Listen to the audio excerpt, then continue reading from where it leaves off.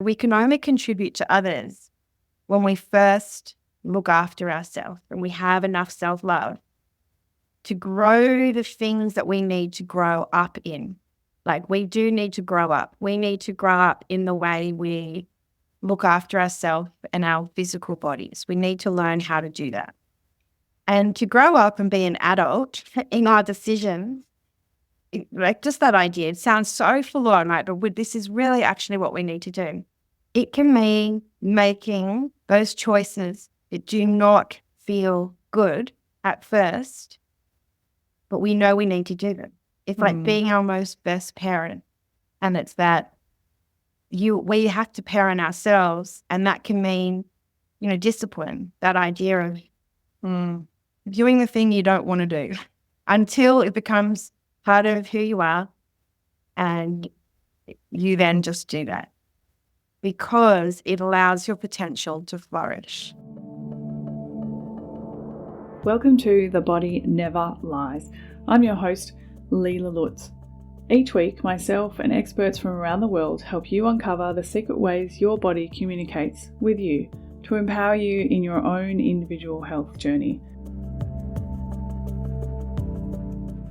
I'm Leela Lutz, and today on the Body Never Lies podcast, we are unlocking the secrets of self-love with Lauren Jobson. Dive deep into the 4 levels of self-love, learn how to silence your inner critic, and discover why doing hard things is the key to personal growth. Both Lauren and I share some raw, relatable stories of our own journeys, from body image struggles to social media boundaries. And whether you're battling negative self-talk or seeking to deepen your self-acceptance, this episode is your roadmap to a more loving relationship with yourself.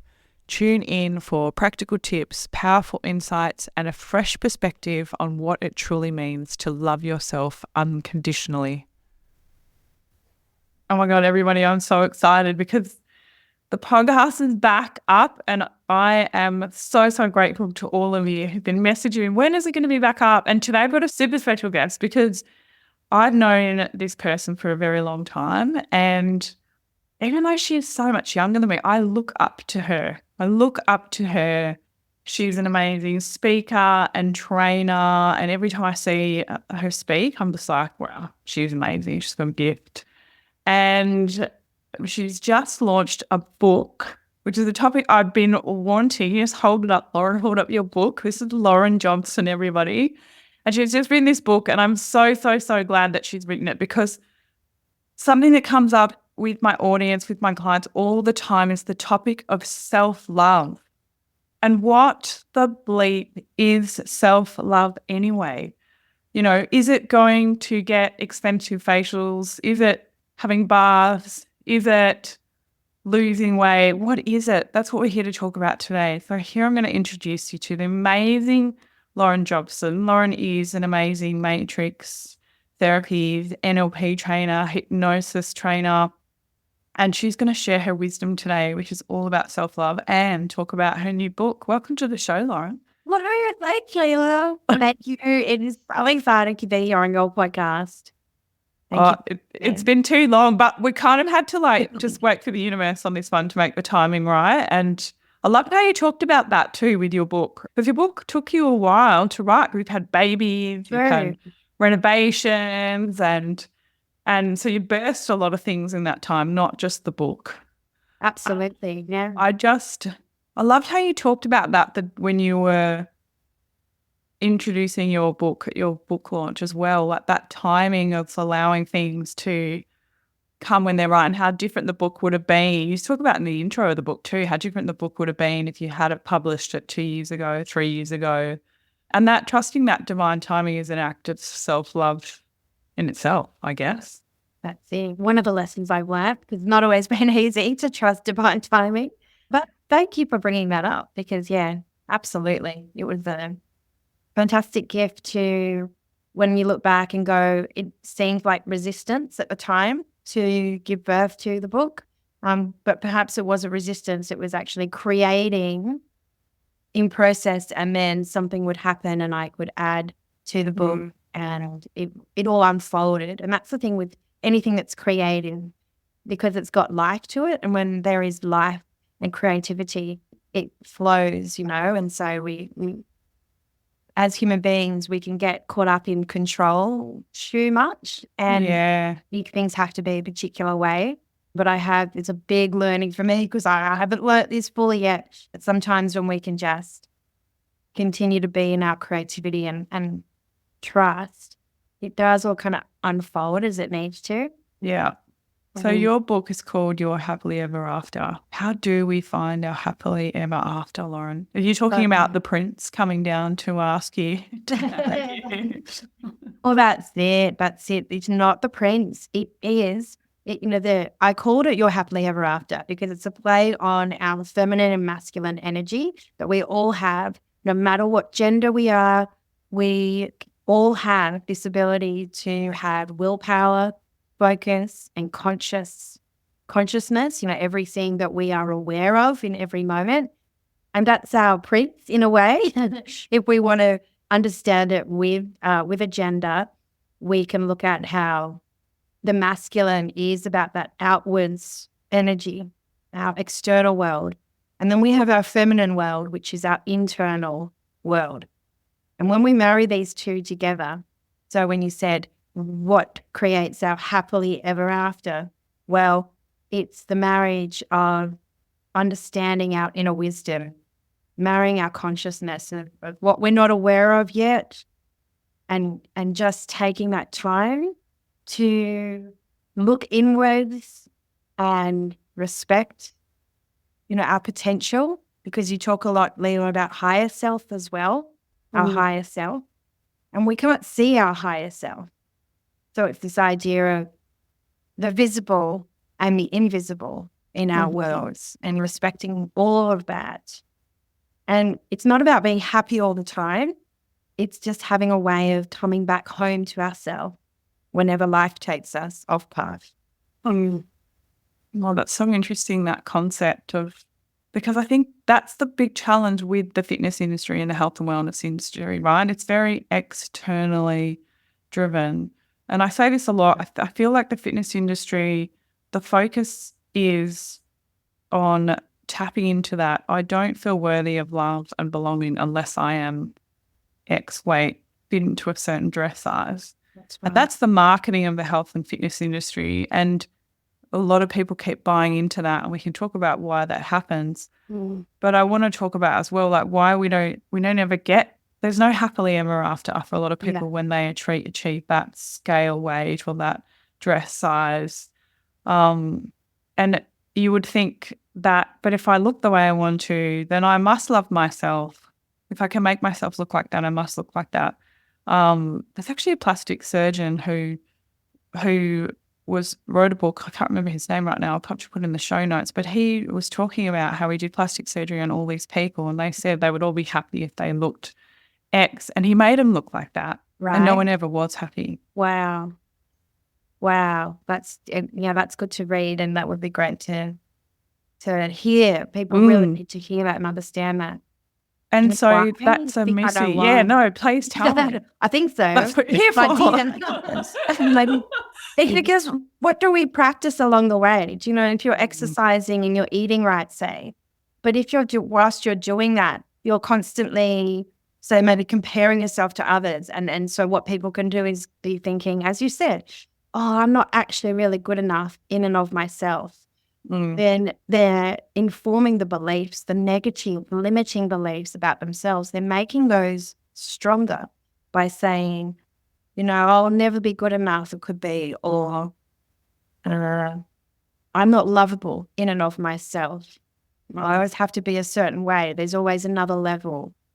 There's always more I could have, because there is always more. Our unconscious mind is actually programmed to always want more. That is why when we achieve a goal, and if you are a goal setter and you think, oh, when I have that, oh my goodness, my life will be incredible, just as what you were saying there is, if I look gorgeous in that way that I think I'm not gorgeous now, right? Because even that going, oh, I'm not going to be, say, good looking until I have that. Well, what are you telling your unconscious mind in the process? You're saying you're not good looking enough now. And beyond and deeper than what you look like, even if one is making it about their looks. It's a suggestion to their unconscious mind of things that are much more important to our hearts and souls that people just don't realize. And it is, am I safe being who I am? In who I am at my soul level, am I accepted and loved for who I am? Am I seen and understood for who I really am? And if we're not stopping to even know who we are at our heart and soul level, right? If soul doesn't sit with you, that's okay. But if we can't even see ourselves and we're running on overdrive in the external world, endeavoring to fulfill these external validations, we're continuously practicing not validating ourselves. We're continually practicing putting ourselves down. Is that making sense in creating more of these negative limiting beliefs? And so when they get the goal, say, they're still feeling the same way because they haven't looked inwards to see those feelings. That if they've been practicing not ever being good enough, well, when they get the goal, they're still going to feel not good enough. So interesting. Heartbreaking to me. It is heartbreaking. You think, oh, well, that just feels awful just listening to that. And I hope what we can help people discover today is how to love themselves every day. Yeah. And because I can tell you from being 95 kilos at one point, my life wasn't that different. Wow. Okay. But I've been there, and I can truly, honestly say that at 95 kilos, I had more happiness in my life than I did at 57 kilos. Yeah. Yes. And a lot of the things that I wanted when I was 57 kilos, I had when I was 95 kilos. Yes. That's right. Right. So while I looked at myself in the mirror and I didn't like what I saw and I didn't fit how I wanted to, I couldn't wear what I wanted to. And yes, I can hear, I can just tell all these women are going to be listening going, oh, but it's so uncomfortable and getting up and down off the floor and playing with the kids. Yes, there's all these feelings and associations with being overweight. And obviously I felt better about those things when I was 57 kilos, which is underweight, by the way. We can talk about that later. But I wasn't, if I'm truly honest with myself, my life was richer and fuller when I was heavier. And what this, I think, hopefully shows to everyone that the two are not intertwined. That's right. You raise a really great point that I think people can do is stop to ask, what is the purpose of that? And what do I think that will give me? What will that allow me to do? And you might even have to dig deeper than that. Chances are the first answer you say, you'll need to ask again. To say, if it's look good, what will that allow me to do? Well, would it be that you show up to your partner more? Because if we look at right, and then, what's the purpose of showing up to my partner more? Meaning more sexy time, right? Or feeling like, I'll be more attractive to my partner. Well, okay, and what's the purpose of that? To have great sex with my partner. Cool. So can you have great sex with your partner right now without losing the weight? Oh, maybe. Actually, yes. And so, okay, great. So have great sex now with your partner whilst you're in the process, say, of becoming a weight that maybe you're going to be more comfortable with. But you know what? If you're practicing what you want to have along the way, well, then chances are you're going to feel better on the journey. You're going to make much more self-loving decisions, which we'll talk about soon too. The more we practice feeling good for the right reasons, which is actually to feel loved, to feel happy, right, to feel self-acceptance, the more we can practice those things, the goals will feel better. So you can have both. That's right, because we don't want to say, like losing weight is not something you want to consider, because we do want to consider that for our health. We also want to look at what's really the purpose, because if it's for other people, you'll never be satisfied. No. And I always like asking the question, like, because quite will say, when I was this, I had this. And I thought, is that really true? Is that really true? Because this is a thing that a lot of people do is look back at pictures of themselves, 10, 20 years ago, and they'll say, look, I used to look like this. And when I was like this, I was happy. Okay. And I'll say, well, is that really true? That's fantastic.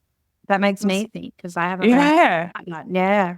Well, I had this really interesting discovery recently as I've been writing my goals and looking back at myself, and I thought, what was I really trying to do at that particular time of my life? Yeah. When I was really lean and healthy, and I'm not going to say healthy, when I was really lean and I was very busy, what was I trying to do? And when I really sat with myself, and I've been journaling a lot and questioning a lot, what I really came up with was I was trying to protect myself, and I wanted to be alone.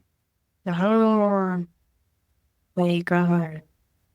And I had a lot of negative beliefs about being in a relationship. Right. So when I really truly sat there and looked at that girl and that picture of myself, and she was really lean, and I really sat with her. Yeah.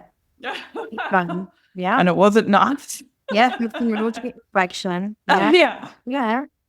She wanted to be in a relationship on the surface, but she didn't want to be in a relationship deep down. That's it. On the unconscious level.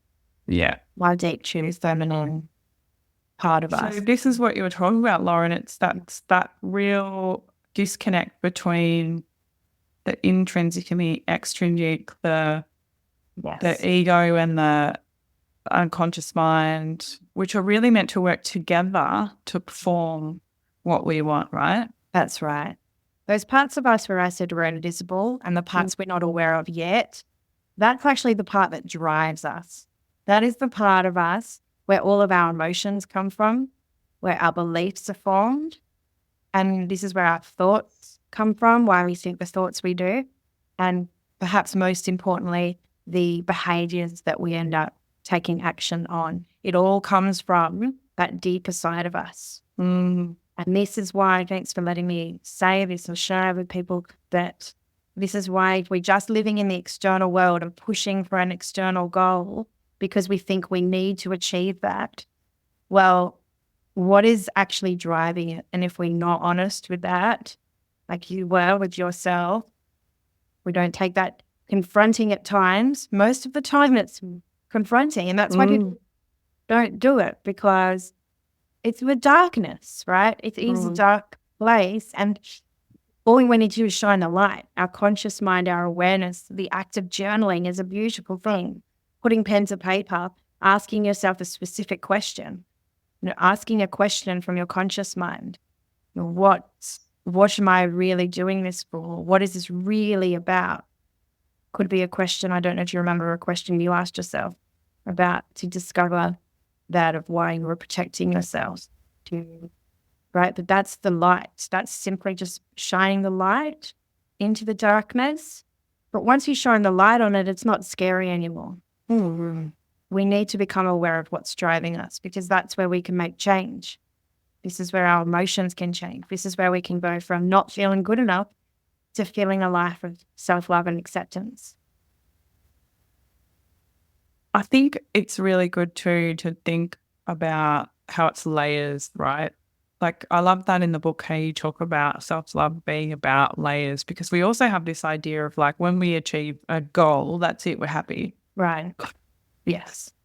And so that's not always the case though. So, and it's not like, oh, you're an expert in self-love, Lauren, you must just love yourself all the time. No, not at all. That's similar. That's another example of black and white thinking, of like being in the external world of, oh, when I have this, well, then I won't have that. Right. But there's so much more complexity. And so it's complex, guys, but it is simple as well. So let's be okay with that, right? I don't know. There's a simplicity to this that we can we can have a nice structure here. So bear with us, and it is clear in my book when we can see these things. We are complex, right? But we actually are simple as well. And so one of the simple things for us to remember is life is a process and self-love is a process. So self-love is not something you either have or you don't have. Just as you were saying, that it is evolution. So for example, doing my book and releasing my book was a really, truly amazing for me. It was this whole thing of, wow, when I achieve that, say it'll be like, I feel so proud. And I did feel those things. And what came with it was such a bigger evolution of challenges that came my way to evolve my growth, because it had people come out of the woodworks and criticize me and really try and bring me down, say, as an example. And when I was writing the book, I was actually quite wary of that as a possibility. And so I was extra mindful of how I wrote certain things about my life and not knowing my biological father. And I share my story in each of the chapters because part of my story and my experience informs the lessons in that chapter. And so I released the book, and sure enough, these big energies of something I needed to look into for myself, like it was one of my big life lessons, is that no matter who you are, this is one of my life lessons, no matter how great you are as a person, there will be people, there can be people, and there can be negativity that endeavor to bring you down. And or two, just won't ever see you in that light. They won't, right? And I have to be okay with that. And so this all came up for me to learn that at a higher level and to evolve. When it happened, I smiled because it was like my last test. And I was like, wow, I can take this on board. And it hurt at times. There was something else that happened and did crush me. I thought I was in a good place, but it did get to me. But it allowed me to go to my next level of personal growth and self-love. So I'm just saying, black and white. There isn't black and white, because when we experience something, we might experience something else as well. And different areas of our lives. You know, you could have self-love, say in personal relationship, like you might really be fantastic in your intimate relationship, but one's health may be the next place of applying self-love and growth to. Yes, you've got all different areas, right? Money, career, all those things. So we're always looking at how am I loving towards myself in those areas. So it's the journey part is so interesting, and I want to come back to how we get into the journey, but let's just dismantle some myths of what self-love is, because I think with social media and all this kind of stuff, we have this idea that self-love is, oh, I have a bath every night, or I have a facial every week, and that's my self-love. I've done that. Let's talk about that as a concept and the problem and why people might be doing that but still not feeling how they want to feel. That's it. Self-care can be an element of self-love, right? But it's not self-love in itself. So if those activities fill your cup and like fill your self-love bucket, right, which make you feel really good in order for you to go and fulfill your potential and help others, then that it is just one aspect of self-love. So self-love is about making the best choices for yourself so that you can contribute what you can here to contribute. And when I say contribute, I'm not talking about any kind of role or job that we do. What I'm saying is that we believe in our work. We talk about, and in my trainings and workshops in my book, talk about your contribution. And so your passion and purpose is who you are and the energies that you bring to what you do. And so we all have a life of contribution. And so we can only contribute to others when we first look after ourselves and we have enough self-love to grow the things that we need to grow up in. Like, we do need to grow up. We need to grow up in the way we look after ourselves and our physical bodies. We need to learn how to do that. And to grow up and be an adult in our decisions, like just that idea, it sounds so full on, right? But this is really actually what we need to do. It can mean making those choices that do not feel good at first, but we know we need to do them. It's like being our most best parent.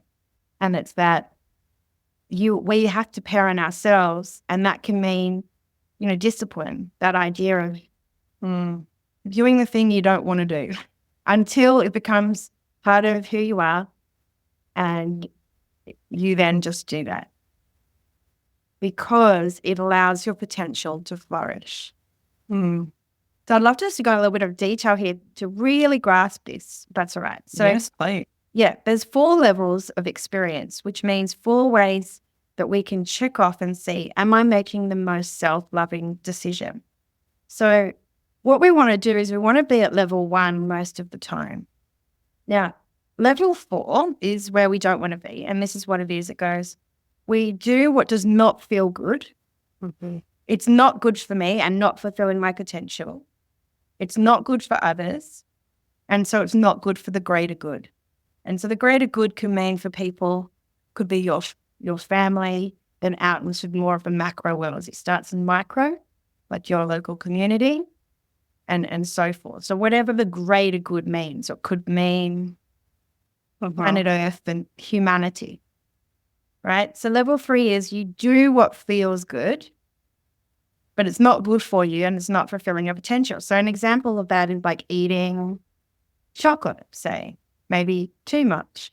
If someone has an addiction to something, right, they're at the place of they're doing what feels good, but it's not good for them and it's not having them fulfill any of their potential. And so it's not good for others and it's not good for greater good. So that's level 3. Now, certain addictions then start to not even feel good. Do you know those behaviors? And this is a time of change, right, where things that used to feel good, so maybe it was like binge eating junk food, say, in front of the TV. I hope that's a good example for people. What once felt good as their like escape thing, they get sick of themselves and go, hang on a minute, this is really not great for me. And in any regard, it used to just be my thing, or I had an imbalance and it would fill up my cup to some level. Because by the way, it's okay to have things where it's not good for your potential and it's not good for the greater good. It's okay to have those times. If it's like an hour a week, right, where you just, where you just watch crummy TV and it's crap. And so it's not good for anyone. But what that's actually doing is it's just making you feel good. It's just changing the room. Yeah. Kind of an escapism. But right in that moment, you have the perception of that. So it is what it is. And you just allow that. The moment it stops even feeling good, you're in bumper home. Like, that's just not like. So that will be level 4. Now, where we want to be, everyone, is we want to be at level 2, moving into level 1. Now, here's the thing. Level 2 is you do what does not feel good. It doesn't feel good. But guess what? It's the thing that is good for you and it's helping you fulfill your potential. Consequently, it's good for others and it's good for the greater good. So, for example, right, that's what, Leila, you do so much in your coaching is go, let's look at your food and do these things that you're not comfortable with yet. And you might even feel resistance in doing. And all, the stuff comes up of, oh, do I really need to do that? And when you start to do a new behavior, it does not feel good. But we've got to keep pursuing that because it's the thing that is good for you and it's helping you fulfill your high potential. And in consequence, it's serving, say, your family and the people around you. Because guess what? It moves into level 1 experience of it does feel good. It is good for you. It helps you fulfill your potential and it's for the greater good. because you're getting to contribute your best self to the world. Mm. So this is self-loving decisions, everybody. It's making sometimes those, I say sometimes, but actually a lot of the time, making those hard choices, the discipline in areas where you don't have discipline. Frankly, you're in disillusionment. That's a big principle for people, is if you're in denial or you're disillusioned about something, and most of us have to get to a place of pain before we're moved to do anything about it. But we're all about, well, you shouldn't have to feel too much pain in order to decide what's best for you. That's okay. We all learn from that. And we just want to do those things that first don't feel good, because they will become what does feel good later on. And so getting facials and massages is great, right? But it's not the whole picture of self-love at all. Well, I like that model so much, Lauren, because I feel like every time I make a decision or have a thought about should I do this for myself or not, I could go to those 4 points and go, where does this sit? Absolutely. And how do I move it into the next one? So say I'm at a 3, because this is a really common one, I think, like you were talking about. So I'm like, oh, I'm just going to eat all of that chocolate cake. Right. And we're not saying chocolate cake is bad. You guys know me now. I don't think any food is bad, but we all have to recognise when we're having something. This is the key, right? To recognise where I'm having a piece of cake because I enjoy it. Yes. Or I'm doing it every day after dinner and it's not serving my goals. So how do I move from 3 to 4? What's a good question? What types of questions would I ask myself? Yeah. Wow, this is awesome, because self-love knows it is about what was the word I was looking for? Like acceptance of self, of going, if I enjoy this, it's going to make me feel good now. And I know it's not for my high potential, right? But it doesn't matter. So a question to ask yourself is, is this really making me feel good, for a start? And because chances are, say when you have it the one night, enjoy it. Like, as you say, Leila, we're all about that. If you're stopping yourself from enjoying that, that's not self-loving. Because the last thing Leila and I want you to feel is guilt. This is why we say food isn't good or bad, because you don't want your person to constantly feel guilt and then shame afterwards. So if you make that choice and go, am I just going to enjoy this? Does this feel good? Good. Well, then enjoy it. Because when you say maybe go the next night to have it, chances are, when you know it's not good for your goals and good for the greater good, right, and it's not actually even making you feel good, it's going to just make you feel even worse. You're going to, feel that guilt and shame and all the rest of it. So to constantly check in with yourself and go, am I actually going to enjoy this? Or am I going to punish myself for it, right? Like, we do not want that. Is this going to make me feel good?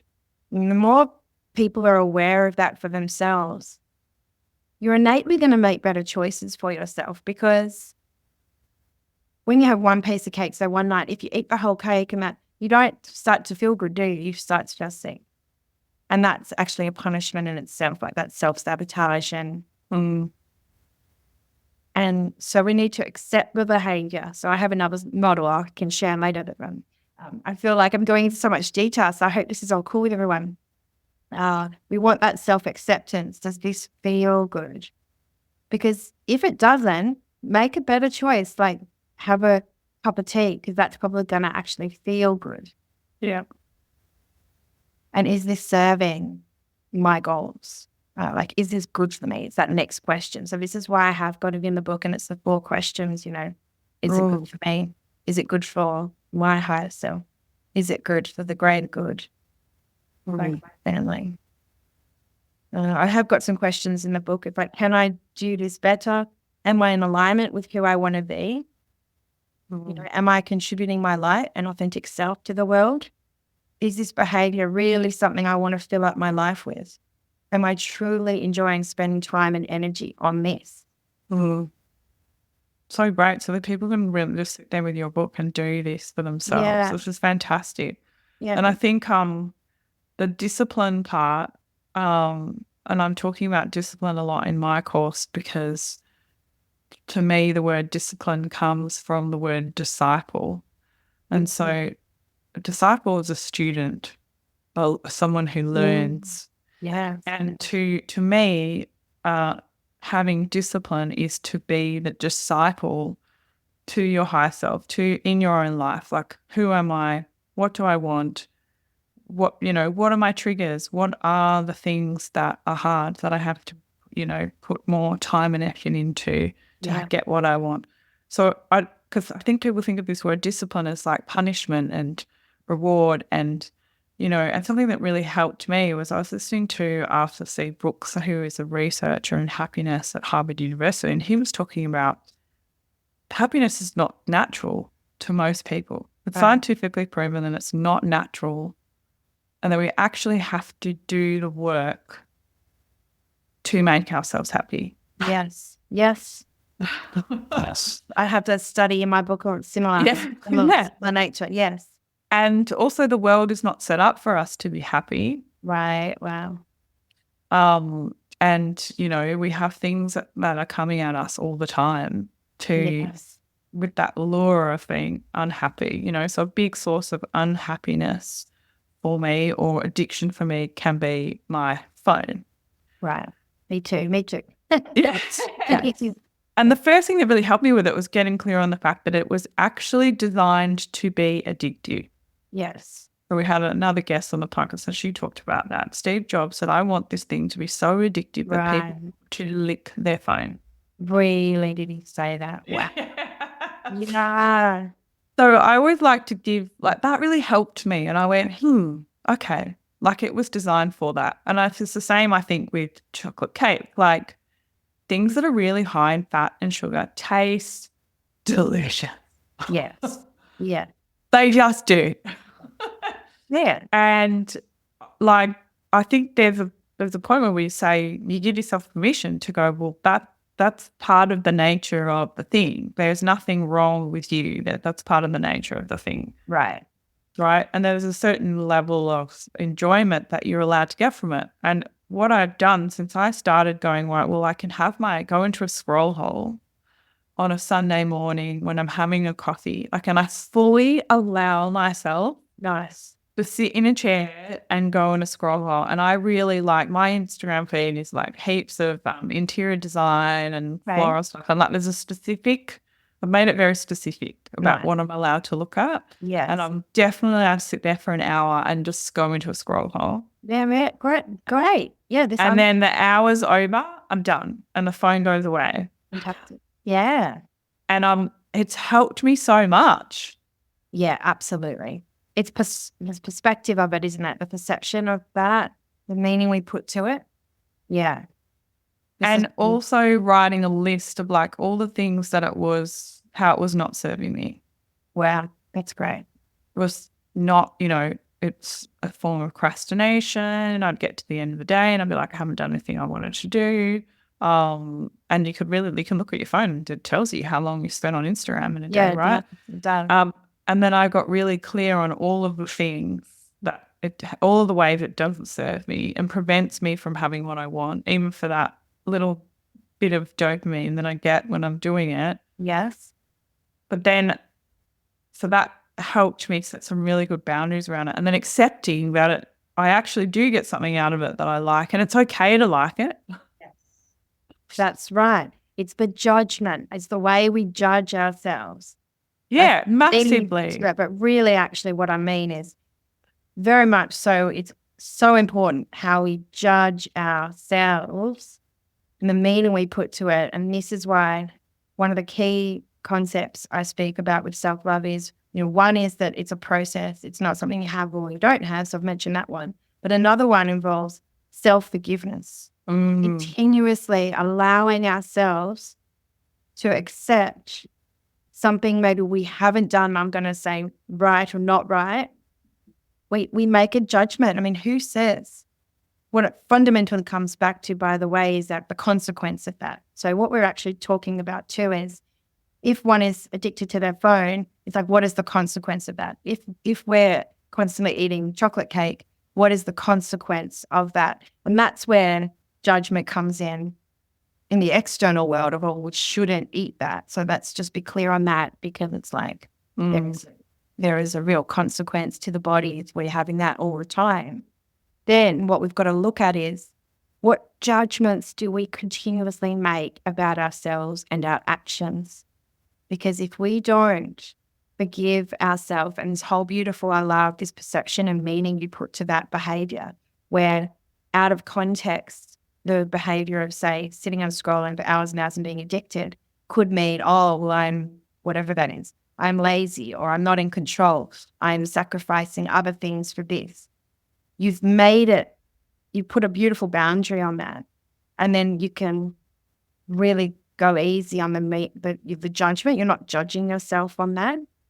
But I think we need to make it clear for everybody that with any behavior, we want to really look at how we judge ourselves when we do things.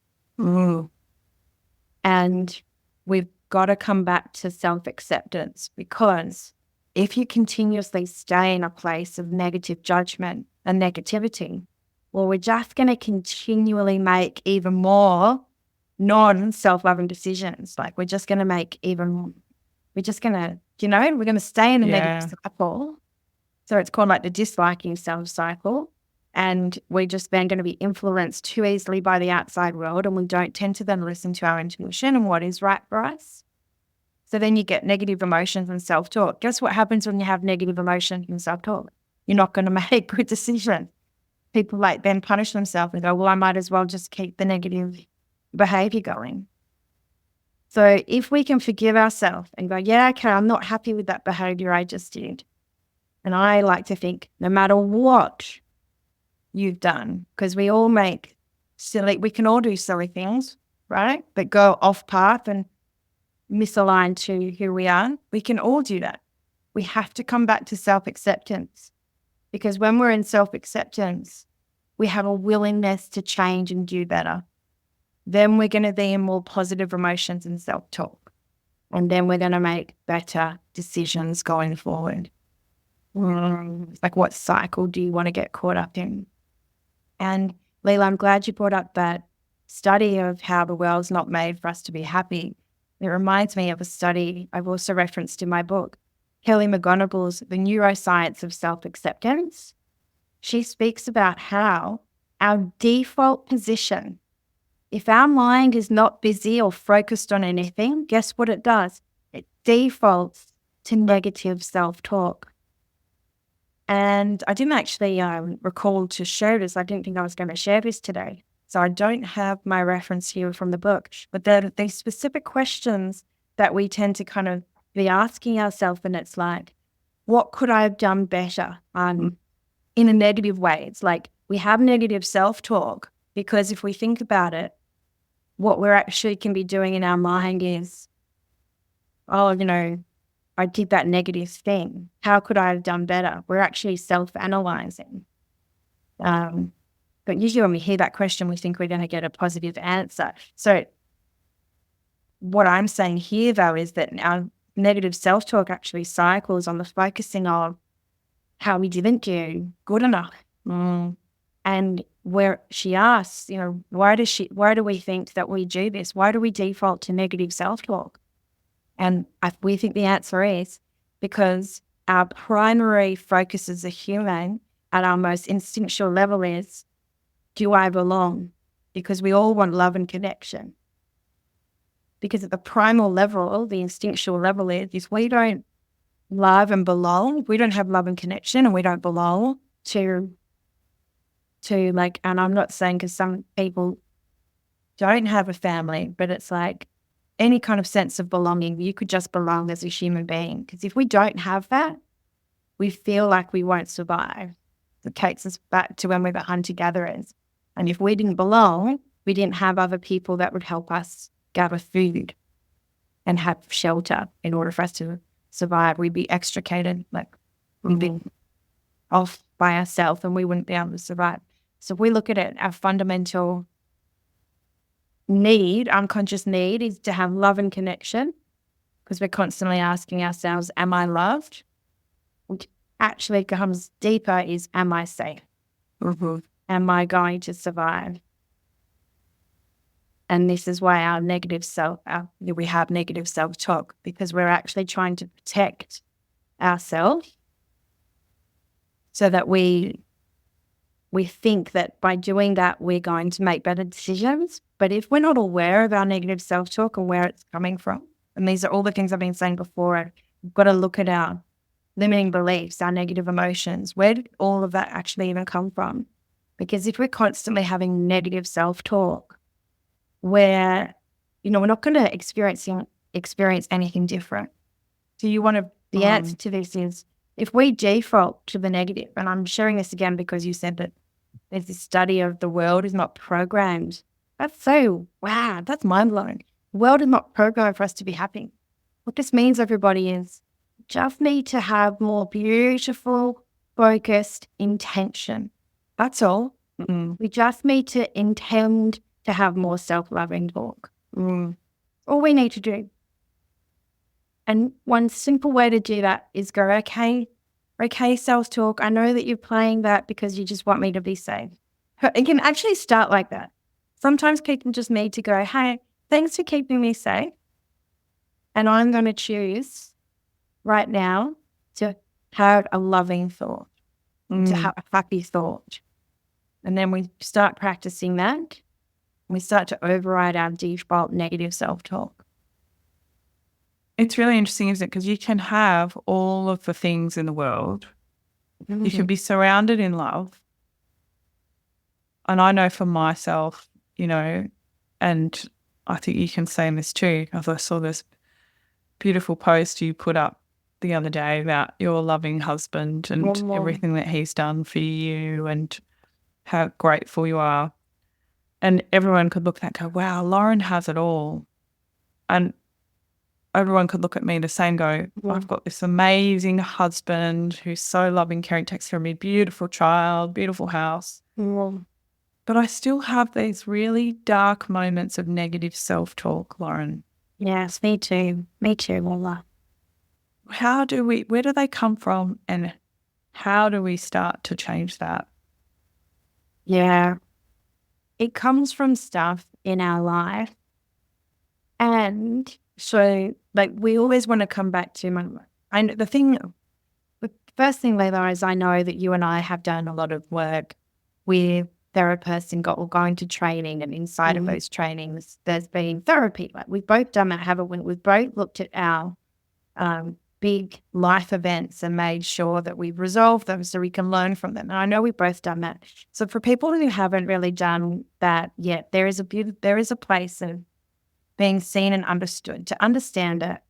We are all who we are because of what we have experienced and the meaning to what we've experienced. So there is that. But Leila, with your beautiful question there of, even for us who have done a lot of inner work and we have got these beautiful things in our outside world, why do we have these negative self-talk? That's a beautiful question. Oh, it's something I'm still processing. I can feel that too, is that we are always on another level of evolution. And so we might think that we're coming up against the same problem, but we're not.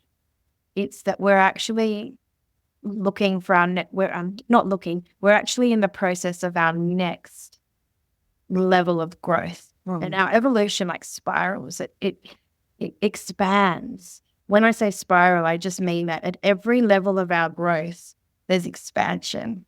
There's expansion of our potential.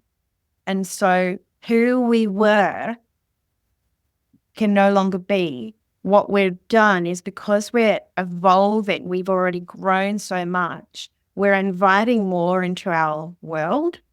We're inviting to hold more of our capacity.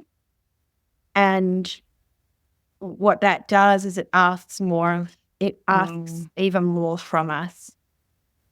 So as human beings, we're always going to have another level of learnings. And when we have that negative self-talk, it's about understanding, okay, what is this really about? And what is the lesson here then? What am I endeavoring to learn? And what's the purpose of my self-talk here? For me, for example, I've had some things with finding new close friends, new girlfriends. Been really interesting for me to notice that I'm going to call it this, that I've had a bit of social anxiety. That my daughter started primary school just last year, and me noticing that I'm learning and forming new friendships, and how that's kind of a new thing for me. And I must admit, I've had some challenges in the recent past. So this thing in my life has been a big thing. And so I can be really confident and know myself really well and love myself in so many areas of my life. But I'm in this new experience of meeting new people and coming to a place of, good friends that I'm going to see on a regular basis. That's actually quite new for me. And that's posed some new lessons and some new emotions, and hence negative self-talk. Call it social anxiety, because I question a little bit of like, oh, how am I coming across? Do they really like me? Did I say that, appropriately? And that's just really interesting to notice inside ourselves. So if you've got stuff going on, you just at another level of growth. Mm-hmm. And it's just continual, isn't it? I mean, I have to say I feel the same, and I'm sure there are so many parents listening to this thinking, yes, feel the same. Your child starts a new school. Yeah. Like, I need to be involved here. I need to meet the parents. I need to make friends with the parents. And you also want to, right? Like, you want to be a part of that community. That's right. You want to build relationships with families so that, while your children are having their friends over, you've got their parents and you're all having a great time. Like, so there's this beautiful thing that you get out of it. But I do notice it's like, wow, it's so different from making friends when you were a kid. And then you start to, and Sean and I, we have these little jokes like, do you think they like us? Do you think we've got good couple chemistry?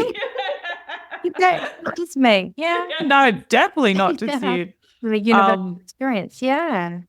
But you do have more and more parts like events in your life that just keep deepening that. Deepening. It's the deepening, isn't it? That's what it is. Like, even in my relationship, I think, well, I feel, because I've been working on myself and how I feel in relationship and feeling worthy of relationship, and that just keeps deepening my relationship. Like, you get to a whole new level. And I think that even in your relationship, right, it will have evolutions. Like, you have this period where, our statistics say that most couples have less sex until their youngest child is 6, right? Just because of the logistics. Right. I love and the time and the I can think that's very true. Yeah. Right.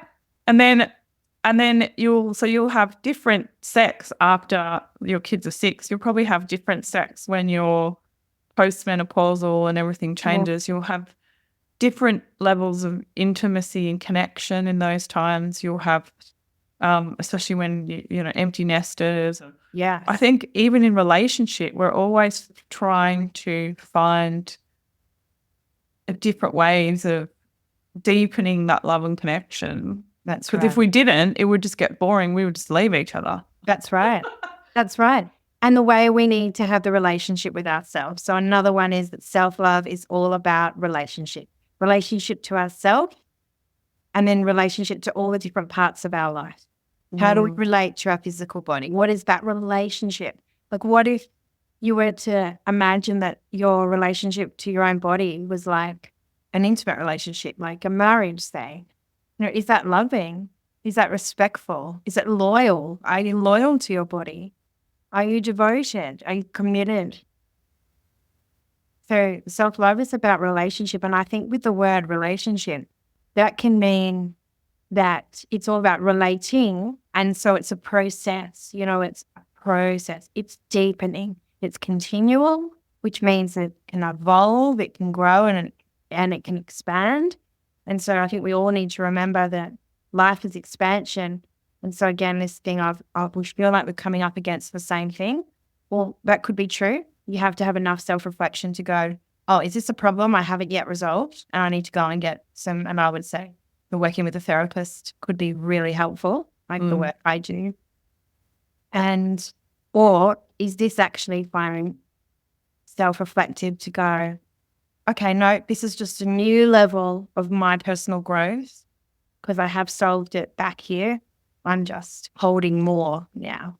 I'm holding more of my potential. This is a higher level of this problem that I'm still learning. So we talk about some of the processes that you do in coaching. Now, some people might have listened to the previous episode with Pip Mackay, who's a great teacher and mentor to both Lauren and I. Yes.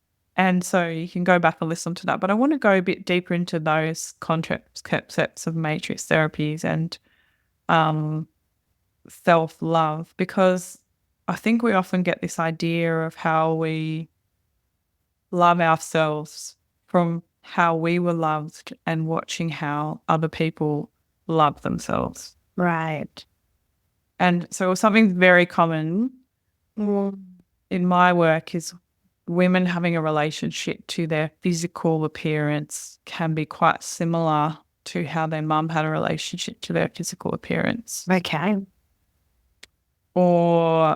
And I think this is really common with women, right? Like if we had a mother who never made time for herself, she was always doing everything for everybody else, we often fall into that trap, and become the martyr. So if women are looking at this and going, wow, I notice so much of my mum, how do I stop being like my mum? Or how do I, unfortunately, a lot of our mums grew up in the era where it was a lot of dieting. It's much more open now about body image and things like that, and more resourceful ways to be healthy. So, but how do we break free from that, Lauren? Yeah, beautiful. Okay. You notice it's actually not your idea, it's somebody else's idea. Yeah, that's right. And the thing, if you ever hear us talk about parental influence, it's so important to be aware of how much you've learned from childhood and to acknowledge that it couldn't even just simply be, it's not blaming them, it's just going, they were in a different environment, completely different to what we go through now, and we need completely different emotions, thoughts, behaviours. And then, of course, secondary, no matter how loving and wonderful our parents are, we are separate adults. We are our own person and our own adult. So we do want to make sure we can separate our own choices to what we learned from them. So we do use a process called matrix therapies to let go of what we call is the negative influence of them. So we're not saying that they're negative, even though some parents can be negative in nature. We say that the influence of what we learned when we grew up can not be helpful because, again, the environment, but also too, it's just not who we are and the best decisions for us. So when we grow up, we adopt certain things from our parents, meaning we do the exact same thing that they do in certain areas of our life. Then there's an element of things that we rebel against. There's certain things that we endeavor to escape their behavior, like we just want to not even face certain things, and people can actually physically escape their upbringing by thinking that moving country or moving away will help them. In some areas too, we can overcompensate. So awareness is always the most beautiful thing. Becoming aware of, oh, I'm just adopting and doing the exact same thing as my parents say. Having awareness to go, okay, and then you can just, I would always say absolutely do the process with a matrix therapist practitioner would be the best thing to do, because what we do is we just simply have you close your eyes, connect with your inner wisdom, and we work with your unconscious mind, your imagination to let go mentally and emotionally and energetically to release the influence of your parents and any other significant person from your past is always super helpful to do. And you can just be aware and you can choose and say, I'm my own parent now, And if I'm my most ideal, most self-loving mother for myself and I want to mother myself, what choices would I make about, say, my appearance? Or what do I want to believe about physical appearance? How do I want to treat my body as my own most loving mother? Because we all need to understand that as adults, we need to parent ourselves. This is this whole thing what I was saying before, as we do need to grow up in all the different areas of our life. We need to parent ourselves to give ourselves the resources of, say, discipline is one of them, insight into ourselves, setting boundaries, nurture, unconditional love. These are some resources that we can give ourselves and learn to give ourselves. The process with matrix therapies also helps us to do this. But just endeavoring to be your own parent is such a self-loving thing to do. That is a process to learn, how can I be my own best parent to myself now as an adult? Because we all now have the choices and resources as an adult. It's something really powerful too, because I think if you really think of yourself as a little girl saying something to yourself, like looking in the mirror and saying, oh, I'm fat. Or if you looked at a little girl saying that, you would be just mortified. That's right. Because our unconscious mind is like our little self. So if we think of it like that, we wouldn't talk to a child like that, particularly a child we absolutely loved and adored. And if you are a mother, have that privilege of being a mother, and you can look at your biological child and know how you would treat them with such love, we need to make sure that that's exactly how we see ourselves, because we literally do. We have inner children inside of ourselves that need us, our adult self, to look at them and love them and give them all the things that we felt like we didn't get back in our own childhood. And again, it's not to blame or to, we don't have to judge that necessarily. We can just say, hey, I love and accept you right now. And no matter what your body looks like. So one of the keys to self-love that Pip's always talked about, you always talk about, is discernment. Can you talk about discernment? Discernment, right? To make a decision, to generally to cut away something else in order to make a decision and to discern. You're looking at things and constantly, and I'm going to use that word intentionally, like constantly, continually revising and going, out of these choices in my life, what is the best thing for me and what is not? What is the most self-loving thing for me and what is not? And cutting away those things that are no longer self-loving. So it's reevaluation. And it's that going back to the 4 levels, I think, too, will help to go, does this feel good? Is this good for me? Does it help me fulfill my potential? Is it good for others around me? And is it good for the greater good? Because that fundamentally is it, right? It's just continually looking at our day-to-day life and step by step, bit by bit, process by process, forgiveness by forgiveness, like self-forgiveness, continually coming back home to ourselves and going, with these choices here in my world, what is the best thing for me? What is not? How can I cut away the things that are not so I can focus on these better, most self-loving things? Remembering too, they're not always the easiest, most feel-good decisions to make. But again, step by step, if you know this doesn't feel good yet, I can see all the resistance, I can feel this resistance, it doesn't feel comfortable to say, get in my gym gear every single day, but I'm going to do it anyway because I know that is what is best for me. As an example, and just continually make those decisions. Discernment, make self-loving decisions. That's so cool. And then it go like you said, it goes across every area of your life. It does. It's not where's the balance point? Because this is something that really worries me at the moment with this whole view of total acceptance. Like everybody, how do I say this politically? Right. So we're saying, I want people to know it's okay to want change. Like there is nothing wrong with looking in the mirror and going, I want to be different. That's right. Because we're at the moment, I feel like we're promoting that everything is okay. Right. Yeah, no. See, yeah. No.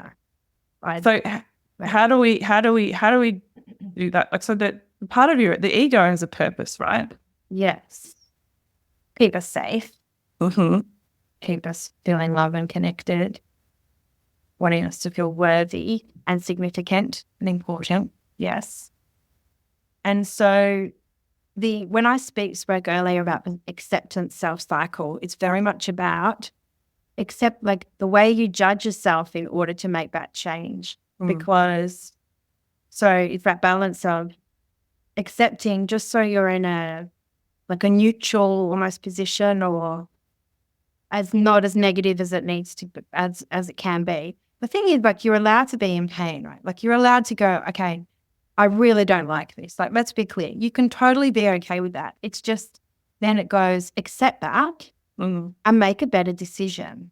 Because if you're going, oh, I'm really not okay, so I'm really, like, my weight's disgusting. Say if we're like really negative about it, if we stay in that, we tend to not make the change we need, because it's that self-punishment. It's like it spirals downwards. More negative you feel about it, you can just spiral and not change. So, I mean, like, I'm 20 kilos, what could be my healthy weight, right? I've had 2 children. My youngest is 18 months. So I've been at a higher weight. So I get it. So I just want listeners to know I totally get it. And it's this thing of sometimes you do just feel like, oh my goodness, how did I get here? What is my body? Right. But I'm very careful. I don't stay in that disgust of my body. I don't even use the word disgust, but I'm just endeavoring to share a message here. Do I use disgust? No, I just go, I really want this to be different. Like, I don't love my body. This is not how I remember myself. And I just know, though, that if I stay in that negativity, it's not going to empower me to do the right thing. I don't know if I'm explaining as well. How do I explain? But there's also there's a part of you, like I think there's your ego tells you, but Lauren, you want to change and it's okay to change. Yeah. Right. And so I do find to think, okay, let me come back to my, say, gratitude and just go, okay, let me look at my body for what it does give me. And when I'm in that helps me make, okay, it's this whole thing of making decisions out of love or fear. Like making decision out of love or disgust and hate. It's better to make decisions right from love. Let's acknowledge, again, we're not denying that there isn't hate or pain, because it's this thing of we all are motivated by pain. We are all motivated by what we don't want at some level. We have to understand what we don't want in order to know what we want. Like, let's get that. Let's be clear on that. Then we need to focus, though, on the good in order for us to make good choices going forward. Because if we stay in that hatred, then we're just not good to anybody, though, right? Like people who constantly berate themselves or complain, chances are they're not taking action, because they're not feeling good too. Then they say, oh, I'm really tired. Well, of course you're tired because you're being really negative. So where could be a place of grace and gratitude for your body? And, here's the thing I talk about in my book, that your body is just information, and just go, okay, what information is my body giving to me right now? And just see it as information. This whole thing before of it's the way we judge ourselves, that's simple. Like, you can not like your body, but stop it there. Don't continuously judge it negatively. so you don't stay in a negative, but be as graceful and as positive as you can be so that you can start to take some really positive action going forward. Mm. Big thing with bodies too. I like that, Lauren, because I think like you are meant to feel, like you say, what we don't like is what motivates us to change. When we don't feel good in our body, it motivates us to make a better choice for ourselves. Yes. And then you've got a range of like what is healthy. Like if I was completely honest, the size that I am now, the muscle mass that I have, the weight that I am, I'm in a healthy weight range. Right. Right? Yeah. So what I want Uh-huh. is leveling up, right? It's not necessary Sure. to make me happy in all areas of my life, right? Okay. But there's a motivation to change it because what I want to be able to do is snowboard with my daughter when I'm in my 50s and 60s. Yeah. Horse ride with my daughter when I'm in my 70s. That's right. So when I look in the mirror or I'm in my body and I'm doing exercise, it doesn't feel like that's what my 50s and 60s are going to be like if I stay the way that I am now, right? So that there's a huge difference in that. So if I wasn't able to look at my body in the mirror and go, I don't like something and I want to change it, I wouldn't have the motivation. But I guess what I'm trying to say to people is when you attach the motivation to something appropriate, realistic, you know, and this is the thing too, I think what I'd love to ask you about next is compare and despair. Like when you're looking at someone else and you're comparing yourself to them, is that an appropriate comparison? No, it's not. Because you're disregarding their journey and their learning thing, and we don't know their path. And then tend to judge. If we do that, we're then judging ourselves on something we don't even have the whole picture about. We don't know what they've gone through, do you know? Like that, I'm always about celebrating other people because when you celebrate others, it gives you permission at every level to feel all the good things that you actually want to feel without having to take on their challenges and hard learnings as well. Because you're just completely naive if you think that people are where they are and they had it all hunky-dory, perfectly fine. But I just didn't. Most people in our world that you're seeing in your micro world that you might be comparing yourself to, they had challenges and they've had to overcome and they've worked at it. They've taken action. So celebrate, I speak about this in my book a lot, because when you celebrate them, right, you give yourself permission to celebrate yourself and your ability. And then it's about you looking at your own path and checking in and going, right, what's your part of that success? You know, what is that piece for you that you want for yourself? Leila, you bring such an important point up. What do you really want from this? And it's got to be more than the physical body for most people when they're really honest with themselves. What is that really going to give you? And it's that older age, I reckon, the health and the children. I still remember a big motivation for me is working with you, Leila, and your questionnaire. And I wrote down, and I didn't even think of it before, but you had me with a question you asked. And I said about being a grandparent. Probably wasn't a great grandparent. Well, it was. It was, imagine if I could be a great grandparent, like how my children have great grandparents. And just thinking of that, like thinking beyond our age now and our life now, take us out into the future. Health is just so important like that. There's an intrinsic, deeper meaning of purpose that actually will fulfill you more than any kind of extrinsic, the weight thing, the weight goal. It's not that really. And I think it's like, that was a really telling part for me too, when I looked at that picture of myself and went, oh no, I used to be that way because of X. And actually what I want now is completely different. Yeah. So if I keep trying to do it the old way, it's not going to happen, because the old way would actually mean giving up everything that I have now. Like if that everything that I have now is incongruent with why I did it in the past, if that makes sense. It does. And so then you self-sabotage and you stop yourself from having the thing. I think that's why it's so important to have a book like yours, Lauren, to work with a coach on something, because people, I would think, will be sitting there hopefully thinking, oh, now I can understand why I do the same thing over and over and over and over again, and you don't want to. Yeah, I was expecting it. There's a reason behind it. Yes. Yeah. Looking at your true priorities and values, because everything asks of a decision. Everything asks of a decision. And usually when you make a decision, it is to the cutting away of something else. And what is this really about? What do you want? If you're looking at others and comparing yourself to others, what do you really think that's going to give you? If it's that bigger house, if you're seeing the gorgeous houses on Instagram, great, that's okay. Check in with yourself and go, what is that actually going to give you? Chances are it's things like love and connection with your family. And then it goes, oh, I can actually have that now.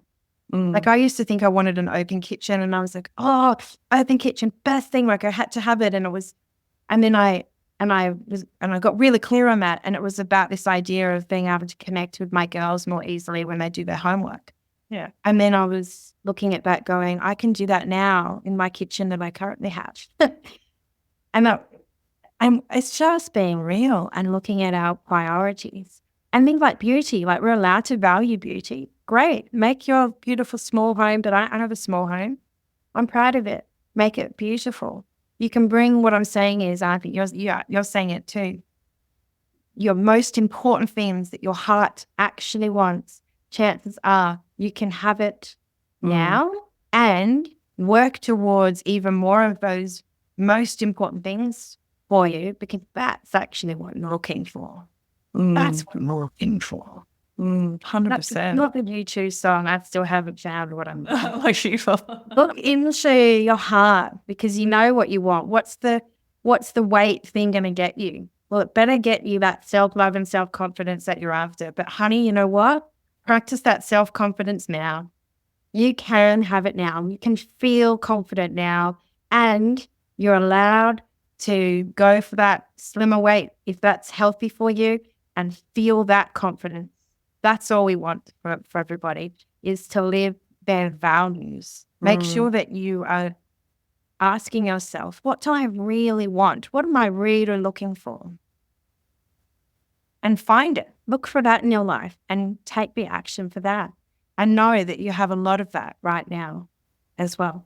Oh, that's the other thing that really sparked true for me with listening to this Arthur Brooks talking about happiness. Happiness is actually wanting what you have. Wow. You know, not thinking that I'm going to have the thing that I want later, but going, but where can I find that in my life right now? That's right. And it's okay to work towards it. It's okay to change. It's okay to ask for more. And you have it now. Yeah. Like, and no matter what goal it is, it's, you know, like you're renovating, I'm renovating. It's so stressful and it's expensive, right? And so it's something that you have to set, you know, for us, we have set tiny goals of doing little bits of the house one at a time. That's right. And the key thing to remember is we're not going to be happy when it's finished. Right. We're happy. Like, what do we want a beautiful home for? We want a beautiful home so that we can spend time together, have our friends over, have all that love and connection. We can do that. The house doesn't need to be finished. That's right. I totally get that.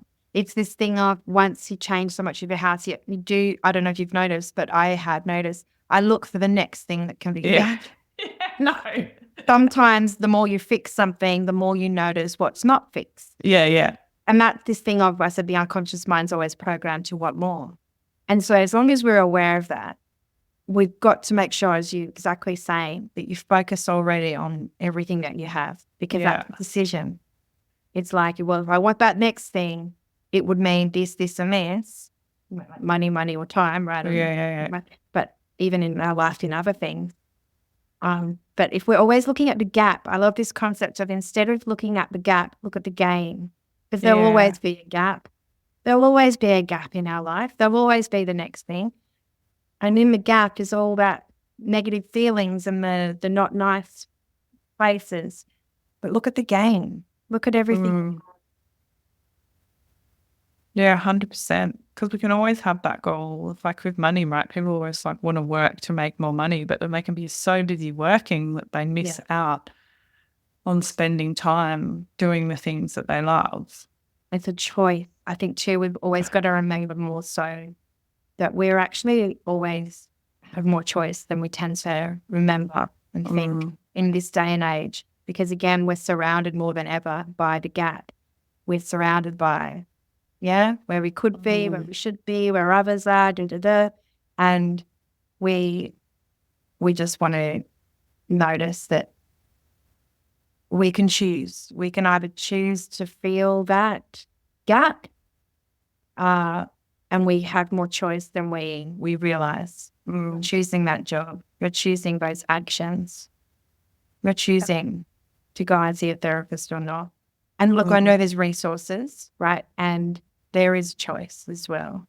Particularly out your listeners have a lot of choice. And I think a big thing, the biggest thing that I've got from understanding myself about self-love and the big thing about goal setting and achieving goals is that it doesn't always feel good. That's right. Like everybody watching me on Instagram doing my food prep every week, I don't like run into the kitchen every week and go, I'm doing my food prep. Sometimes I'm like, man, I really don't want to do this. And last night I majorly, I cooked a new recipe and I stuffed something up and then I was up late fixing it and I had a moment where I was like, stuff this, I'm going to chuck this out. And I'm a really good cook and I do food prep every week and I still hate it. My point. There's always a part of it. And I have to, in those moments, go, but Leila, if you don't do this, then the rest of your week will be annoying. Every day you'll be like, oh my God, I have to find something to cook now. And then I have to give an hour of my time every day. So it doesn't feel good every week. And I have this, like, some people will text me on Instagram, like, oh, well, it's okay for you. It's really easy for you. And I'm like, it's not. No, it's a choice and a choice of the consequences. Like your choices have that consequence. Yeah. Even though I love exercise, I don't just run to the gym every day. Some days I'm like, I don't want to go to the gym today. That's right. It's this thing of parenting. It's like, oh, well, sometimes that's what my girlfriend's daughters, sometimes you just have to take a deep breath and make it fun. And to understand that to her, like, I think being an adult is being uncomfortable with the discomfort. Knowing that you're going to have an evolution. That's right. And have a deep connection with yourself after that. That's right. The decisions we make, because there's been plenty as an adult that you've chosen to say is necessary, like housework, right? People tend to, like, this is a massive generalization, right? Women tend to really get great at doing housework. And that's becoming, like, people don't necessarily like love to do that, but they've made it so necessary that they do it. So just map that across to other things to do for yourself, like your health, and make that necessary. And even when you don't enjoy it, that's right. Just be a parent and do it. Sometimes the most self-loving thing is to ask for help as well, right? Let's just say, I can't do this. Absolutely. Support is one of the biggest things.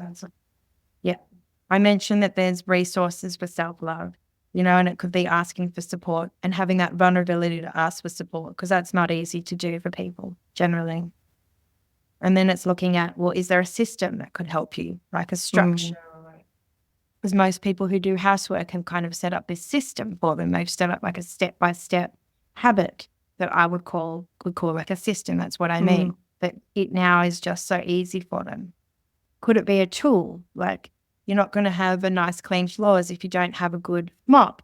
So it's like with yourself, like you might not have good skin if you don't have good skincare. But you don't have to have expensive skincare. It's like you could have something. You've got to, right? So there's tools in the external world. So support, tools, systems, supportive environment is also that. And then it's mindset is very, very important. And health is the big one. Health is a massive self-love resource. You really can't do much self-love being other things if you haven't got your health under control. Like, I say under control, but I mean, to some degree, you're looking after your health. In balance. It's not easy to do other things. Yeah. Yeah, the resources part's really good. So people have your book. I would love them to buy your book. Thank you. Yeah, so Jobson.com. There's so much in there. Yeah. Like it's very well. I have to say, Lauren, I'm really impressed. Because I'm writing my courses and writing my book. This is my year of writing. So I was like, oh my God, Lauren did this. I can do it too. But also like, it's so easy. I'm listening to it on Audible, everybody, just so you know. I hate it. This is another thing that everyone thinks is that I'm really good at, it's really easy for me. It's like my house is super organized. I don't like it. Right. I listen to Audibles or podcasts while I'm doing it, so I don't have to feel like I'm just, stuck in 5 loads of washing, like kill me now. Me too. Oh, me too. So now I look forward to it because I'm like, I'm going to go listen to it. I do the same thing. Make things fun, everybody. Yeah. Make things fun. So I'm really enjoying listening to Lauren's book while I'm doing the things that I don't like that are going to make more time for me to do things that I love. Yeah. And I love how easy it is to listen to. You can really hear, guys, what a great speaker Lauren is and how easy, like the structure she puts in. It's so easy to understand and easy to put in place. I really appreciate that from writing and speaking. Like if you're ever tried to write something yourself or do a speaking, you really appreciate the effort and the structure and order that goes across in this book to make it easy for the listener and the reader to take on those concepts. So anyone who's struggling with self-love at the moment, which we all are at some point, I highly encourage you to get Lauren's book. And if you're not having the time for yourself to take the Audible and listen to it on your walks, listen to it while you're doing the boring things in your life. Yeah. And really indulge in the practice, even if it feels uncomfortable at first, because the exercises in there are so easy to apply, and go into the practice, and have it change your life and find your happily ever after, because you deserve that. That's right. Everyone deserves that. That place to come back home to yourself. Whenever we go off path of criticism, comparison, judgment, coming back home to yourself to forgive and have self-love, making beautiful decisions for yourself. So, and Lauren is an amazing coach, everybody. Thank you. I can say I've sent clients to Lauren before. I've sent people I have personal relationships to see Lauren. So I can tell you, not firsthand, that her coaching is amazing and transformational. She's available for coaching. What else are you available for, Lauren? What else? How can people work with you, and how can they get in touch with you? Thank you. With the book comes a course and a journal and things like that.